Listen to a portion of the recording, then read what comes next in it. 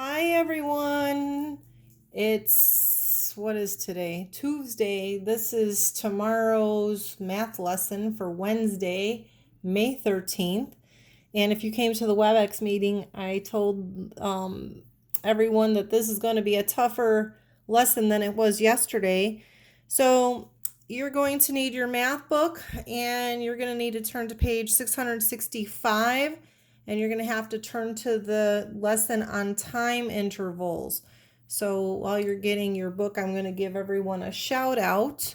I finally found out who Lamo Landis. Wait, no, I said it backwards. That was Orlando. I guessed right. And because Avina let the cat out of the bag, and Orlando, well, he told me too. And I got shout outs for Natalie and Nayeli and Layla and Mateo and Ariana. Did I say Avina? So all you guys keep commenting. But anyways, page 665, time intervals. You can see the title at the top. And yesterday we told time to the minute. And now we're going to practice finding out how much, let me explain. A time interval is how much time passes during an activity from the beginning of the activity to the end of the activity. So, for example, mom said the babysitter is going to come over from 12 o'clock to 2 o'clock. Well, you're wondering, well, how much time is that? Well, you have to figure out the time interval. How long is the babysitter staying? All right, so if she stays from 12 to 2, all right, I'm going to get my helper here. I have an assistant today. My assistant is my daughter, Olivia. I told her she has to hold the video while I use my clock. And so we're going to try not to wiggle too much because I can't hold the camera and the clock. So, okay, the babysitter is coming over at 12 o'clock and she's going to stay. Your mom has to go out grocery shopping. She's going to stay until 2 o'clock. So what was the time interval as to how long the babysitter was going to stay? Well, I think we've done some of this in simple solutions before. You guys were getting pretty good at it. But we know that there are 60 minutes in an hour. So the hands of the clock, hour hand again is in red, minute hand is in blue. So the clock is going to go around one whole time. Oops, it's a sticky clock. And there's 1 o'clock, so you could see the big 60 at the top as well. 60 minutes or 1 hour have gone by.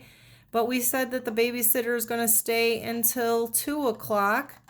So that's going to be a whole other hour. So how much time did the babysitter stay with you? The babysitter stayed for 2 hours, all right, 1 o'clock, 2 o'clock. So that's a time interval. How much time passes between the beginning of an activity and the end of the activity? All right, so now mom says that after school, you're going to have to go to baseball practice. So baseball practice starts at 3:30, and you can tell that this isn't 4:30 and it's not 2:30 because it's halfway in, the hour hand is halfway in between the 3 and the 4. So it's not quite to the 4 o'clock hour yet. All right. And then this minute hand tells us that it's half past the hour. So baseball practice is going to start at 3:30 and end at 5. So what is the time interval during that activity? Well, you're going to have to count. Now you can make your own clock out of a paper plate and label it like a normal clock if you wanted to, put some hands on it. There's probably a YouTube video on how to make a clock out of paper plate. Or you can just use a regular clock you have at home. So from 3:30 to 5 is basketball practice. So I'm going to use my clock here and I'm going to rotate the hands of the clock. And I started at 3:30. When I get to 4:30, I know that 1 hour has gone by, but that's not what time I said the lesson was, or the practice was going to end. It's going to end at 5 o'clock. So I have to go another half an hour. So when I went from This clock hasn't been used too much. Oops, now I'm going backwards. I'm going to do it again. So here's 3:30. Baseball practice started at 3:30. I went around to 1 hour, which was 4:30. So that's 60 minutes or 1 hour and another half an hour. So baseball practice, the time interval for baseball practice was 1 hour and 30 minutes. All right. Now, let's say your baby sister Susie was going to took a nap, and your mom says, well, how much time did Susie sleep? Well, you can say, Mom, she fell asleep at, let me get to the time I want. Ooh, I gotta go all the way like this. My clock is not cooperating. All right, Susie fell asleep at 20 minutes after 1 in the afternoon. All right, again, my hour hand is a little bit between the 1 and 2, so that means I'm in the 1 o'clock hour. And my minute hand is pointing to the 4, which if I know I count by fives, 5, 10, 15, 20, it's 1:20. So Susie fell asleep at 1:20 and she woke up at 2:40. Well, now Mrs. Pullen made this into a math problem. How long did your sister Susie sleep? So I'm going to go, let's see if I can go around a whole hour, because the time I want to get to is 2:40. So I want to go all the way around to 2:40 because I went from, to 1:20. I went from 1:20 to 2:20 and the activity stopped at 2:40. That's when Susie woke up. So from 1:20, I'm going to back up and do it again so you can see. Susie fell asleep at 1:20. I can make the hands go around a full hour to 1:20. And then where is 2:40? 2:40, well, if I look at my clock, 5, 10, 15, 20, this is 2:20, 2:25, 2:30, 2:35, 2:40. So I have to get over here. So from 1:20 to 2:20 is an hour. And then I go 5, 10, 15, 20. She slept an hour and 20 minutes. Okay. So again, that's the time interval from the beginning of the activity to the end of the activity. All right. So let me just show you something. I am going to, you can use a number line like they have here in the book. What does this problem say? It says find the time interval from 5:10 to 5:27.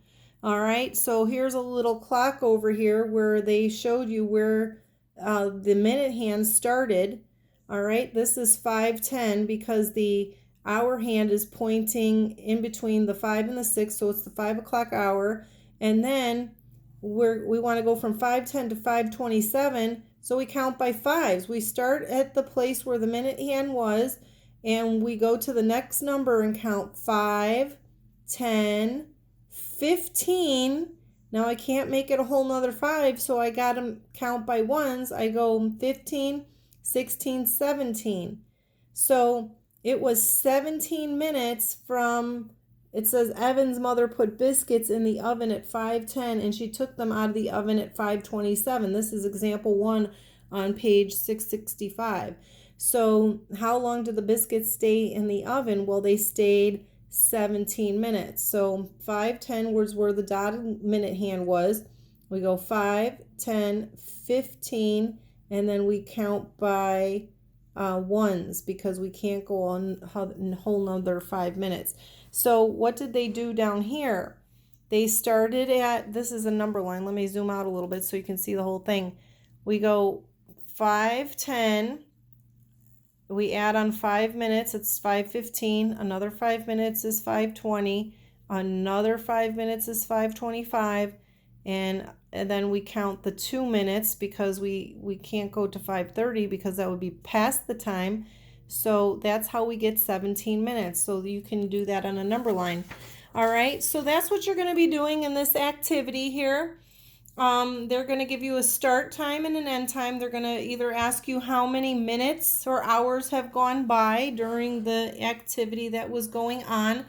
Let's look at number 2 at the top. They gave you digital clocks And they also gave you a number line to help you figure it out. So this whole thing goes with problem number 2.